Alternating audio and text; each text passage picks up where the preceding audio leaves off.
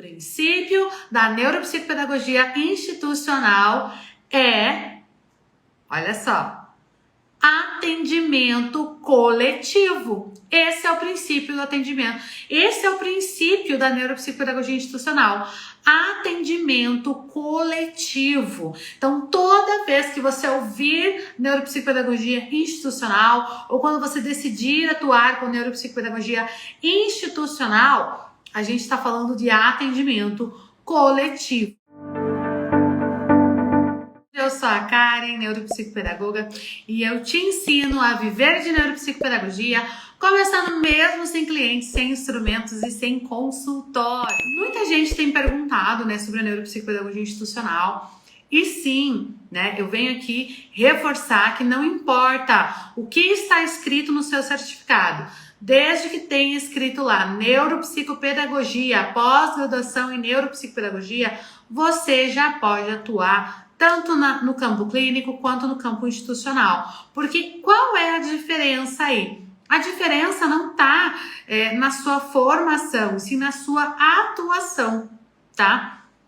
E o que acontece? A gente vai colocar ali a nossa atuação em foco, tá? Quando você atende de maneira clínica, nada mais é do que um atendimento individualizado. E o atendimento institucional, ele é o atendimento de forma coletiva. Então, atendeu 2 ou mais pacientes na mesma sessão ali, no mesmo atendimento, você está fazendo neuropsicopedagogia institucional, tá? Então, ela está separada só para esse critério de entendimento, que o clínico atua de maneira individualizada e o institucional vai atuar aí de maneira coletiva, tá? Então, bora lá. Então, a neuropsicopedagogia institucional, ela é um atendimento, com os protocolos da neuropsicopedagogia, visando um atendimento coletivo. Isso é, eu vou atender grupos de sujeitos trabalhando o quê? O que a gente trabalha na neuropsicopedagogia? Estimulação e reabilitação de funções cognitivas que estão relacionadas à capacidade de aprendizagem. Então, a aprendizagem, ela é essa habilidade, essa função que a gente desenvolve a partir da nossa estrutura cognitiva, tá?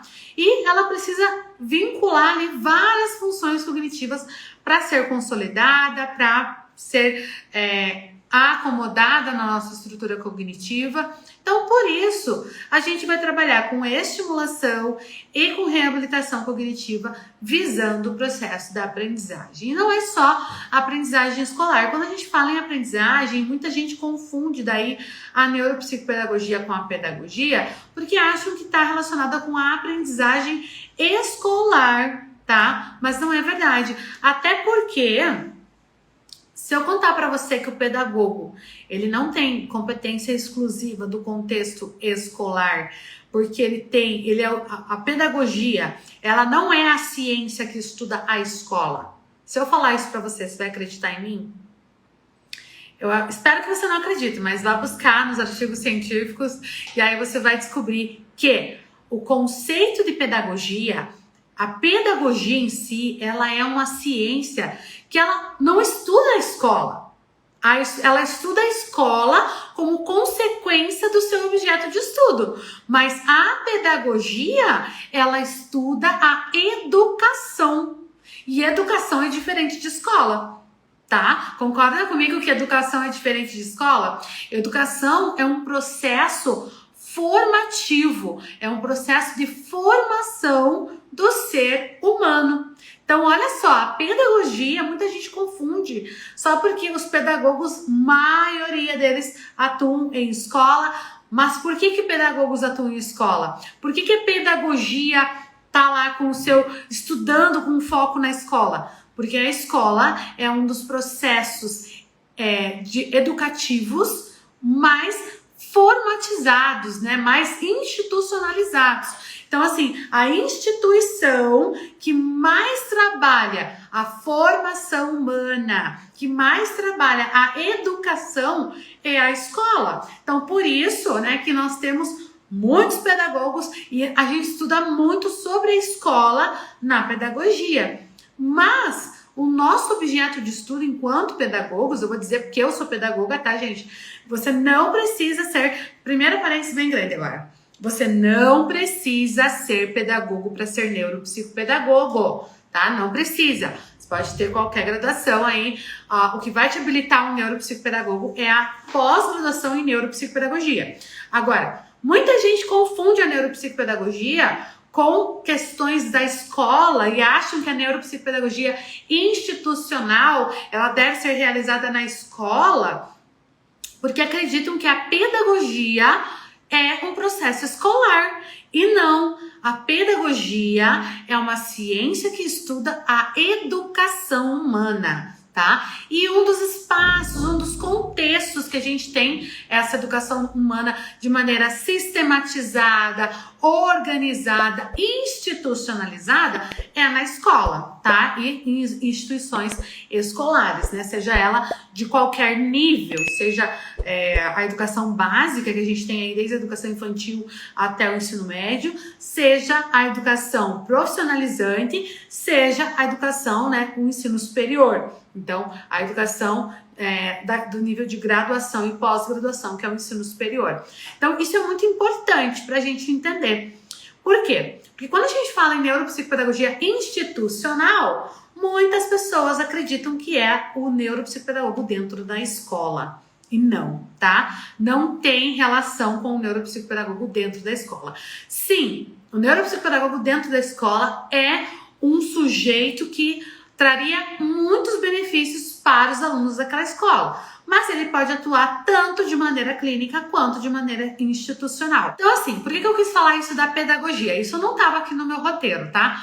Mas eu achei importante porque muita gente confunde a neuropsicopedagogia institucional com o neuropsicopedagogo dentro da escola, e não é fato, tá? O neuropsicopedagogo, ele pode e deve estar dentro da escola, dentro das instituições de ensino, mas ele pode realizar tanto o atendimento clínico, que é individualizado, quanto o atendimento institucional, que é coletivo. Então, anota no seu caderno. O princípio da neuropsicopedagogia institucional anota isso, o princípio da neuropsicopedagogia institucional olha só, atendimento coletivo. Esse é o princípio do atendimento. Esse é o princípio da neuropsicopedagogia institucional. Atendimento coletivo. Então, toda vez que você ouvir neuropsicopedagogia institucional ou quando você decidir atuar com neuropsicopedagogia institucional, a gente está falando de atendimento coletivo. Independente. Se você está atuando numa escola, pode, numa ONG, numa empresa, numa clínica, num consultório, por que não? 2 já é atendimento institucional. Eu posso atender 2 pessoas.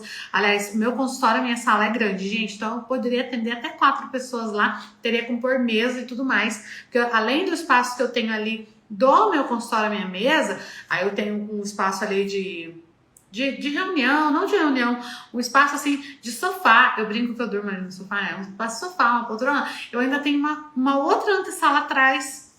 Não seria ante, né? Porque ante é antes. Então seria uma pós-sala. Enfim, uma salinha, uma saleta atrás que daria tranquilo para eu trabalhar a neuropsicopedagogia institucional. Então, o que vai definir o atendimento institucional não é o local de atendimento, e sim a quantidade de pacientes que você vai atender naquela sessão. Quando eu entendo que eu vou atuar de maneira coletiva, que esse é o princípio da neuropsicopedagogia institucional, eu entendo também que eu posso ser neuropsicopedagoga sem nenhuma ênfase no meu certificado e atuar tanto de maneira individualizada quanto de maneira coletiva, tá? Por quê? Porque o que vai definir não é a formação. Após, ela te habilita para a neuropsicopedagogia. O que vai definir se você vai atender clínico ou institucional é a quantidade de pacientes que você vai colocar naquela sessão. E aí sim, nós temos...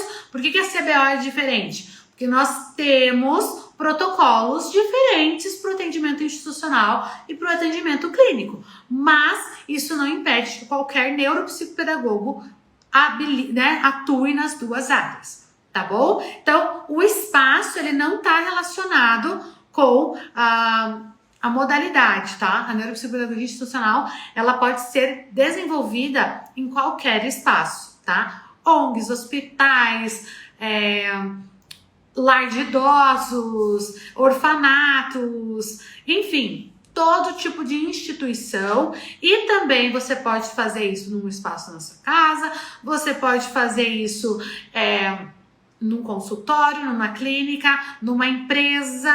Tem uma aluna que atende, ela brinca que ela atende no bar, que ela atende os restaurantes lá da cidade dela, os garçons. Ela faz atendimento institucional dentro dos restaurantes, né? Dos bares e restaurantes da cidade dela.